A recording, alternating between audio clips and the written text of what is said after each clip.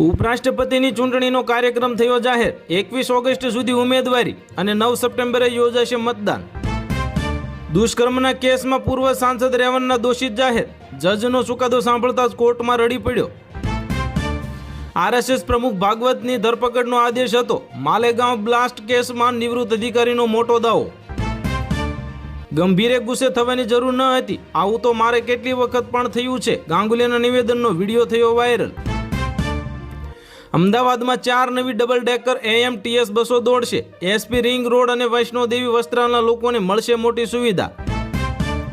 ચેતી જજો સાવધાન, બહુચરાજી હારીજ રોડ પરનો રૂપેણ નદીનો બ્રિજ જર્જરિત, ગમે ત્યારે મોટી દુર્ઘટનાનો ભય।